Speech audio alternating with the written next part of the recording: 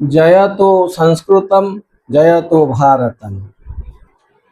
आमे सुशिष्य उपमन्यु कथार आज अंतिम पारा पढ़ा जाउछंती। अवशिष्टांश केवल शेष पाराटी थिला। वर्तमान ताहा आमे पढ़िबा पार्ट 5 भाबरे। तेणु मु रीडिंग लिखि देइछि, बारंबार कहूची रीडिंग आगे तापरे माने। तेणु ओडिया रे लिखा जाइथिबा रीडिंग पढ़ुछि।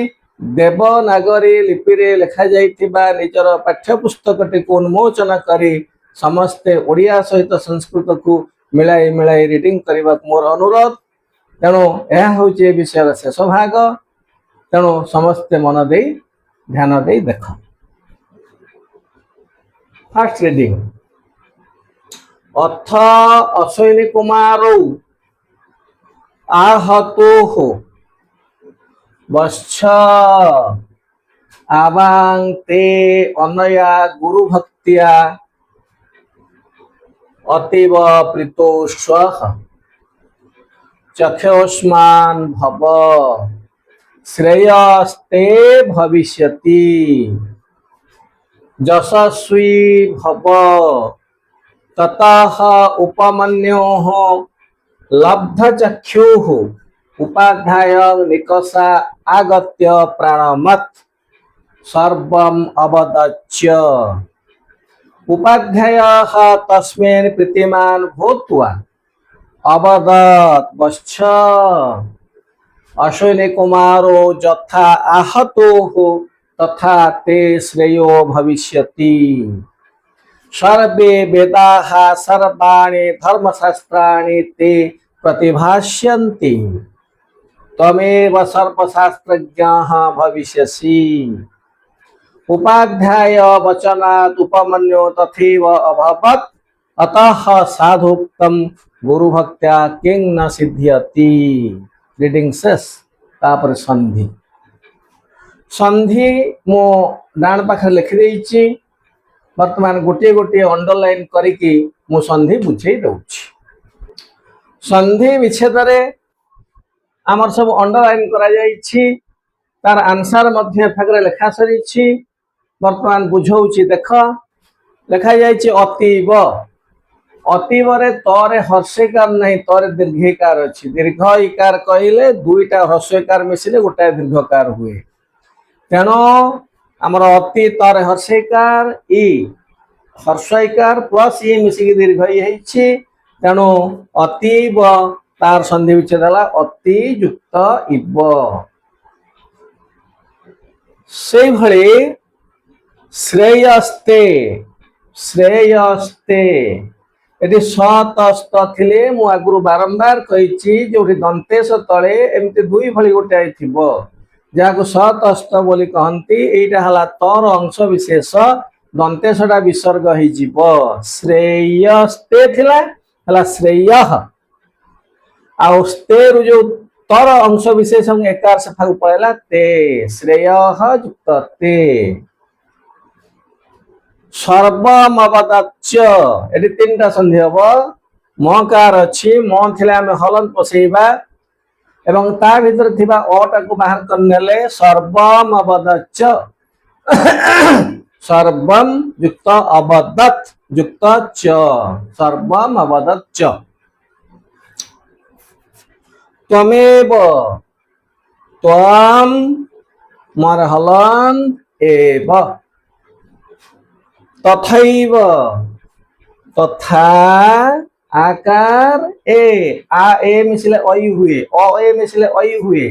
एठी अईकार थिबारु आमे कोन कले तथा होची गोटे पद एवं अईव एव हला गोटे पद।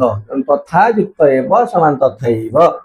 साधुक्तम धर दीर्घकार अछि ह्रस्वकार युक्त ह्रस्वकार समान दीर्घकार। जेहेतु दीर्घकार अच्छी तेणु धर एम हर्षकार करी गोटे उ सफक बाहर करने जाइछि। साधु युक्त उक्तम समान साधुक्तम संधि शेष। तापर आसीबा माने बुझिबा।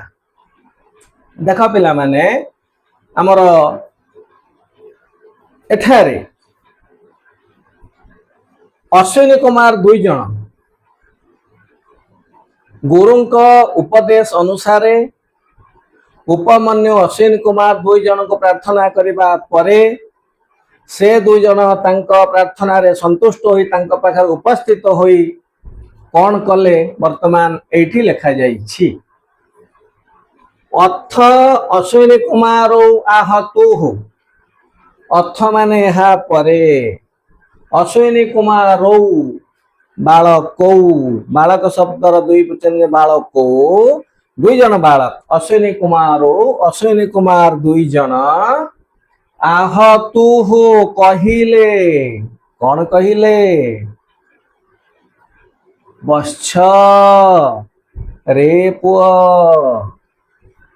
आबांग ते अनया गुरु भक्त्या अतीव प्रीतोस्वः आबांग आमे दुई जन ते तेर अर्थ होची तुमार पिला माने भाबंती ते होची सह तो ते से माने ना एठी ताहा नुहे जुष्मा शब्द में जो घोषी चंती तार षष्ठी विभक्ति एक वचन अछि तब ते तब माने तुमर ते माने मध्य तुमर ये होची षष्ठी विभक्ति आमे दुई जन तुमर अनया गुरु भक्तिया अनया माने ही परी गुरु भक्तिया कहले गुरु भक्ति द्वारा तृतीया विभक्ति हला गुरु भक्ति हेतु हेतु अर्थ तृतीया अतीव प्रीतोस्वः अत्यधिक संतुष्ट अटु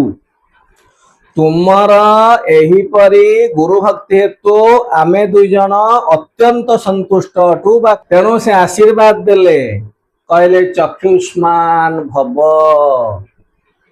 तुमर आखि खोली जाऊ तमे चक्षुष्मान हेई जा तुमर अंधत्व दूर हेई जाऊ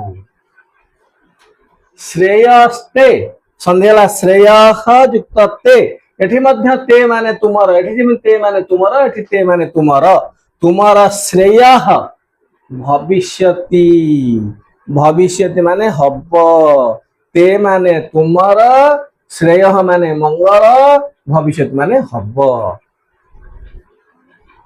तेणु तुमे चक्षुष्मान हब हुआ एवं तुमर मंगल निश्चित भावे भविष्य हब यशस्वी भव भव माने हुआ भू धातु लोल लकार मध्यम पुरुष एक वचन हुआ कौन हुआ ना यशस्वी तुम्हें यशस्वी हुआ कीर्तिमान हुआ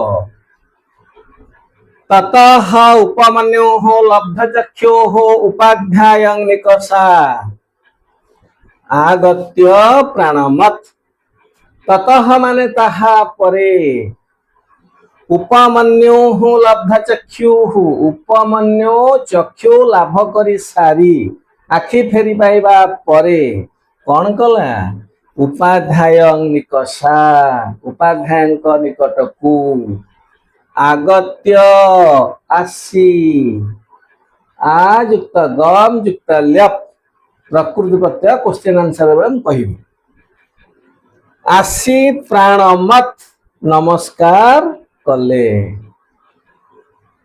ताहा परे उपमन्यु चक्षु लाभ करी बा चक्षु लाभ करी सारिबा परे गुरुंका निकट को आसी प्राणमत के नमस्कार कले सर्वम अवदत च सबु कथा कहिले उपाध्याय तस्मिन् प्रीतिमान भूत्वा गुरु तांको उपरे संतुष्ट होई भूत्वा माने होई भूजुक्तत्वा असमापिका क्रिया होई गुरु तांको उपरे प्रीत होई संतुष्ट होई अवदत कहिले बश्च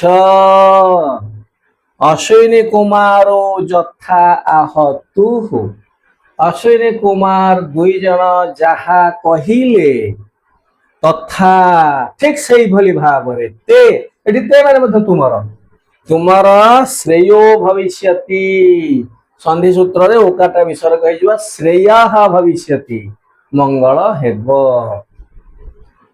सर्वे वेदाः सर्वाणि धर्मशास्त्राणि ते प्रतिभास्यन्ति समस्त वेद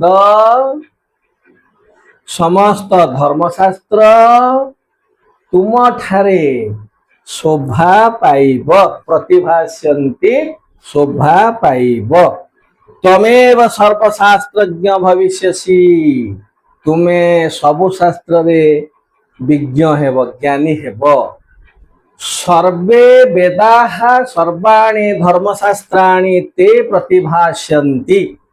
प्रतिभास्यन्ति समस्त वेद समस्त धर्मशास्त्र तुमर ना तुम ठारे भाष्यन्ति प्रतिभास्यन्ति तुम ठारे प्रतिभात हेब शोभा पाइब अर्थात तुम्हें वेद शास्त्र सबुथे ज्ञानी होइजिब ए होचे आशीर्वाद गुरुंकर तमेव सर्वशास्त्रज्ञ भविष्यसि तमे सबु शास्त्र रे विज्ञ सर्वशास्त्रज्ञ सर्वशास्त्रम जानाति जह सबु शास्त्र जे जानी थाए सेला सर्वशास्त्रज्ञ अर्थात सबु शास्त्र रे तुमे विज्ञ हेब एतरे संदेह नाही उपाध्याय वचनात् उपमन्यु उपाध्याय वचनात् बालकात् पंचमी हेतु अर्थे गुरुंक कथा अनुसारे उपमन्यु तथा एव अभवत ताहा ही हेले गुरु जहा आशीर्वाद देले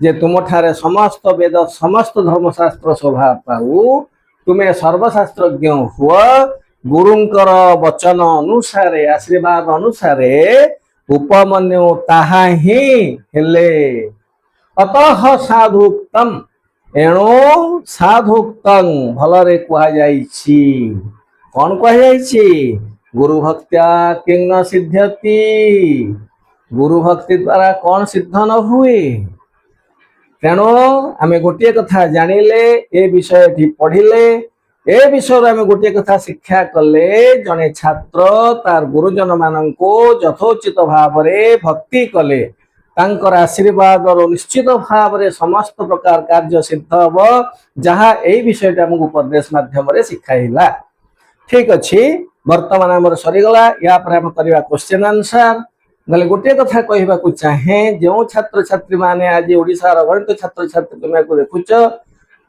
समस्ते निश्चित भाव रे सब्सक्राइब करिवो लाइक करिवो एवं शेयर करिवो एहा द्वारा ता परवर्ती जहाँ जहाँ हम अपलोड करूँ सब तुम पाखे संगे संगे पहुँचब।